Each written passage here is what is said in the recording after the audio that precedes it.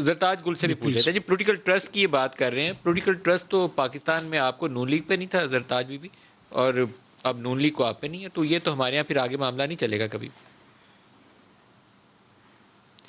देखिए मलिक साहब, जब मलिक अहमद ख़ान साहब शो में आते हैं और मैं हमेशा उनके साथ शो करती हूँ, वो चूँकि सेंसेबल गुफ्तगू करते हैं तो बेहतर तो ये है कि उनकी बाकी पार्टी भी ऐसे गुफ्तगू करे। मसला ये है कि एक ईवीएम मशीन, जो मैंने आपको कहा इलेक्ट्रल रिफॉर्म्स हैं, असल में पीएमएलएन का इशू क्या है? एक तो पीएमएलएन का इशू है, ये नहीं मानेंगे, मैं भी उसी इलेक्ट्रल वोट का हिस्सा, और मैं भी 80,000 वोट लेके डेरा गाजी खान से सरदारों को हरा के यहाँ पे बैठी हुई हूँ।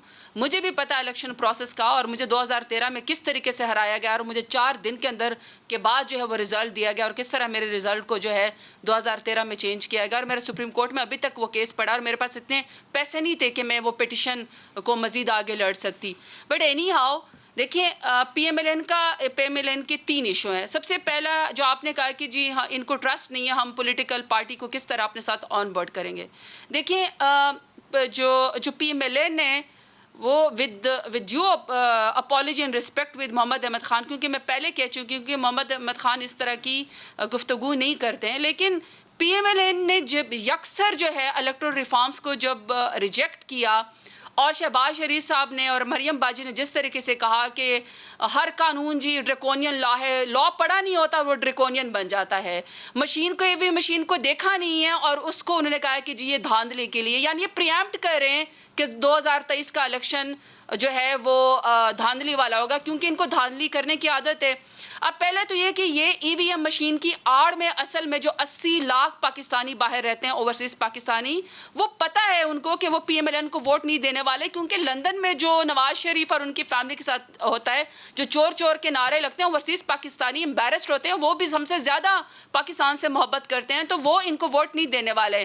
तो ईवीएम मशीन की आड़ में पीएमएलएन चाहती है कि ओवरसीज पाकिस्तानियों को वोट का हक नहीं मिले, जो कि सरासर ज्यादती है। मैं समझती हूँ आप उनसे रिमिटेंस ले सकते हैं, आप उनसे जो है वो पैसे मंगवा सकते हैं, वो आपके इकोनॉमी में रोल प्ले करते हैं, लेकिन आप उनको वोट का हक नहीं देना चाहते, और हमें उनको देना चाहिए। सेकंड जो इसका मसला है पीएमएलएन का इशू ये है कि इनको जो है वो कंट्रोल्ड इलेक्शन चाहिए, कंट्रोल्ड रिजल्ट चाहिए, और ये चाहते हैं पाकिस्तान के सारे इंजीनियर मिलके कोई ऐसी तो मशीन बना दे। छोड़े का रुख जो है जरताज, नहीं, वो तो चीफ इलेक्शन कमिश्नर की जानिब है। चीफ इलेक्शन कमिश्नर क्या मैं उनके ऊपर भी आती हूँ, मैं मलिक साहब उनके ऊपर भी आती हूँ, लेकिन मैं सिर्फ एक मैं उसके ऊपर भी आती हूँ। मैं सिर्फ पहली वाली बात कंप्लीट कर लूँ कि पीएमएलएन चाहती है कि कोई ऐसी मशीन बन जाए, ईवीएम को छोड़ें, कोई ऐसी मशीन बन जाए, पाकिस्तान के सारे इंजीनियर्स मैकेनिक्स मिलके एक ऐसी मशीन बना दे कि जब भी इलेक्शन हो उसके अंदर से वज़ीर आज़म जो है वो नवाज शरीफ निकल आए हो। ये हम नहीं कर सकते, ये पाकिस्तान को कोई इंजीनियर भी नहीं कर सकता। आपको इसी मशीन के ज़रिए, क्योंकि इलेक्ट्रॉनिक जो मशीन है या प्रोसेस है, आपको टेक्नोलॉजी से तो कोई भी नहीं रोक रहा। अब मैं इलेक्शन है उसके पीछे क्या मुहर्रिकात है? आप तो बराह रास्त उसका नाम लेके उसको अटैक कर रहे हैं।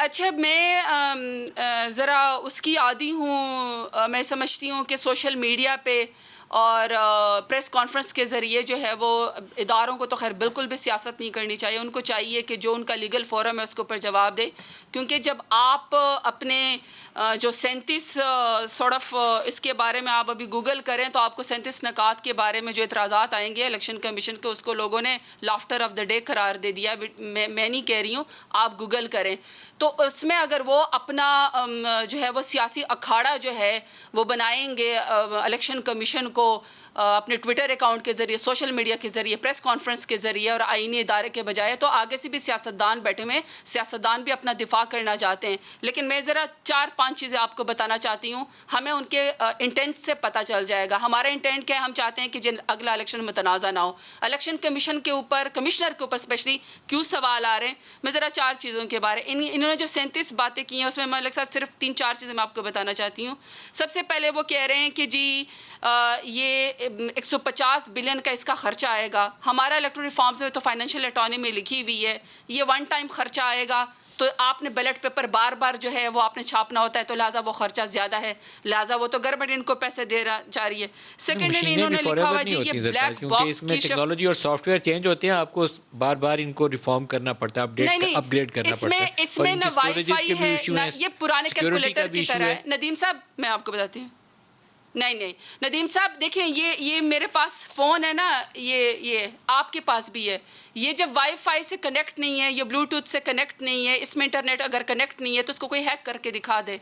ऐसा तो कोई हैकर दुनिया में नहीं बना कि कोई ऐसे सॉफ्टवेयर को हैक कर ले जिसमें वाईफाई ना हो, जिसमें ब्लूटूथ ना हो, जिसमें इंटरनेट ना हो, तो उसके बगैर तो ये खाली डब्बा है, तो ये कैसे हैक हो सकता है?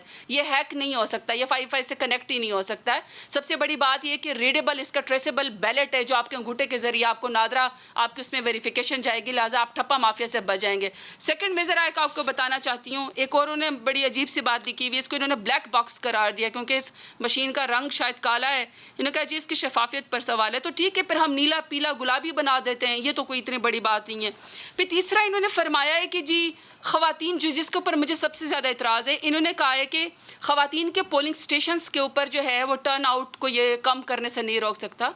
ये क्या बात हुई? यानी आप या तो ये कहना चाहते हैं इलेक्शन कमिश्नर, ये कहना चाहते हैं कि ख़वातीन का IQ लेवल कम है इसलिए उनको वोट डालना नहीं आता भाई, या ये जो इलेक्शन कमीशन के अंदर जो वोट का जिधर कम पड़ता है ना ख़वातीन का, ये पॉलिटिकल पार्टी का काम है ख़वातीन को बाहर निकालना।